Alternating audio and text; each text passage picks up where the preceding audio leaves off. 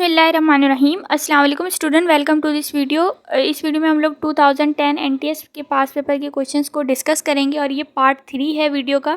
इससे पहले 2 part upload हो चुके हैं। तो स्टार्ट करते हैं हम लोग क्वेश्चन नंबर 21 से, जो कि है if the new born babies gate mix up in a hospital how could you determine there percentage. 2 babies हैं न्यू बॉर्न जो कि हॉस्पिटल में मिक्स हो गए हैं, तो अब हमें पता करना है कि कौन सा बेबी किस पेरेंट का है। और ये सेम सवाल एज इट इज़ सिन टेक्स्ट बुक में जो है चैप्टर नंबर 8 में सेकेंड ईयर की लिखा हुआ है। ये सवाल वहीं से as it is copy paste आया है। तो इसमें बताया गया कि जो बेबी 1 है उसका ब्लड ग्रुप है टाइप 2 और जो बेबी 2 है उसका ब्लड ग्रुप है टाइप बी। और जैसे कि हमें पता है कि ब्लड ग्रुप को भी 2 जीन कंट्रोल करते हैं, एक वो जीन जो फादर से आता है और एक मदर से आता है। अब टाइप ओ ब्लड ग्रुप में जो जीन होते हैं वो दोनों स्मॉल होते हैं और वो रिसेसिव करेक्टर होता है। अच्छा, अब हमें बताना है कि बेबी 1 किसका है। अब इसमें ना दोनों स्मॉल आई आएंगे, यानी कि वो जीन आएगा जिस पे कोई एंटीजन नहीं है, कोई फैक्टर नहीं है पॉजिटिव नेगेटिव का। तो एक वो फादर से आएगा, एक मदर से आएगा। तो इसके लिए क्या ज़रूरी है कि फ़ादर के पास भी एक स्मॉल आई हो और मदर के पास भी एक स्मॉल आई हो। तो मिसिस एंड मिस्टर अली के पास जो है मिसिस अली के पास से तो स्मॉल आई आ सकते हैं, क्योंकि उसमें एक कैपिटल आई है और दूसरा ब्लड ग्रुप मेंशन नहीं है, तो वहाँ पे स्मॉल आई आएगा। और जो मिस्टर अली है उनके पास ए बी ब्लड ग्रुप है, तो यहाँ से स्मॉल आई नहीं आ सकता।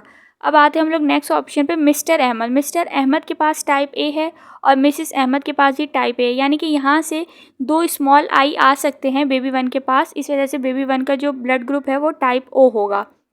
बेबी 1 किसका होगा? मिस्टर एंड मिसिस अहमद का होगा। तो ये ऑप्शन में गिवन नहीं है, इस वजह से जो टाइप 2 बेबी है वो मिस्टर एंड मिसिस अली का है। Option B is the right answer.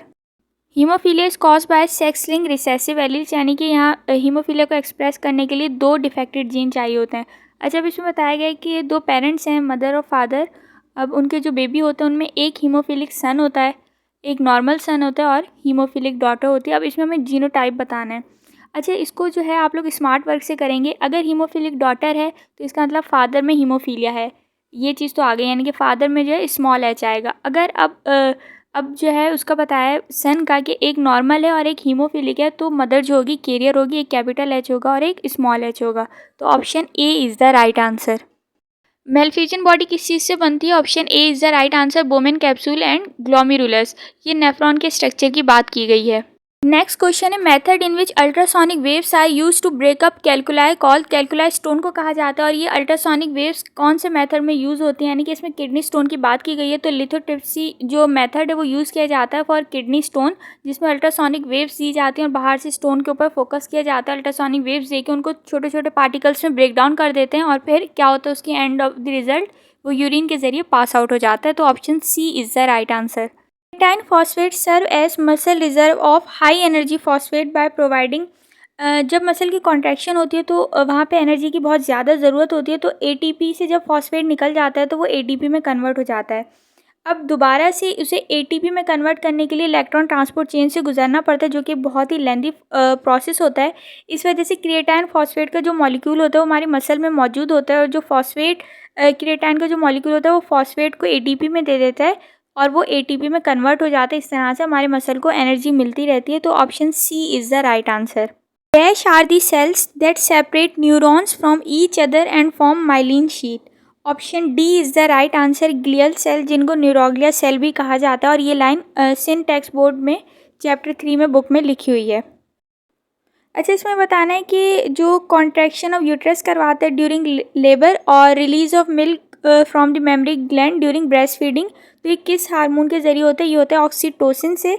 Release of milk होता है। और जो प्रोलैक्टिन से जो मिल्क की बात थी वो है प्रोलैक्टिन पी से, प्रोलैक्टिन पी से प्रोडक्शन ऑफ मिल्क। तो यहाँ पे रिलीज ऑफ मिल्क की बात की गई है, तो option B is the right answer. During regeneration phase of Calvin and Benson cycle only one molecule of 3C triose phosphate produce, यानी कि केल्विन बेंसल साइकिल में क्या होता है, पहले RuBP आता है, उसके साथ 3 कार्बन डाइऑक्साइड रिएक्शन में आते हैं, तो फिर क्या होता है G3P का मॉलिक्यूल बनता है जिसमें 3 कार्बन होते हैं। अब इसमें बताने कि वो क्या क्या कर सकते हैं, वो दोबारा री एंटर द साइकिल कर सकते हैं, बिल्कुल कर सकते हैं। स्टार्च सिंथेसिस के लिए यूज़ हो सकते हैं, बिल्कुल यूज़ हो सकते हैं। Export via phosphate translocation to cytosol for sucrose synthesis, ये भी काम हो सकते हैं। तीनों फंक्शन जो है बुक में एज इट इज़ लिखे हुए हैं, तो option E is the right answer. A patient suffering from a disease, she has following symptom: abdominal pain, jaundice, liver enlargement, fatigue।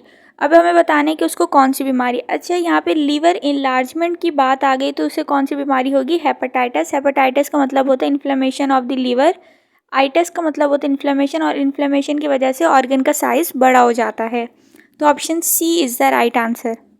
Last question of this video in 2010 NTS past paper: dash biomes are known as bread basket of the world। Option E is the right answer, यानी कि grassland biome को bread basket of the world भी कहा जाता है। अच्छा, thank you so much बच्चों। अगर वीडियो अच्छी लगी हो तो लाइक, शेयर और सब्सक्राइब ज़रूर कर दीजिएगा।